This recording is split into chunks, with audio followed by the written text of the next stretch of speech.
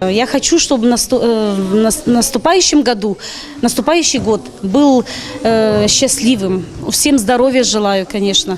Все мечты пусть исполнятся. И хотя грубо, но, как говорят, год лошади, чтобы мы на своих плечах тащили и, конечно, как тяжесть свою, но чтобы она была нам в радость. Я хочу, чтобы Дед Мороз мне принес книжку. Давай, чтобы было все хорошо, чтобы мои друзья тоже хорошо учились. И учителю, чтобы слушали все. Я бы всем друзьям, всем жителям Гагаузии хотела бы пожелать, чтобы они веселились в этот праздник и были счастливыми.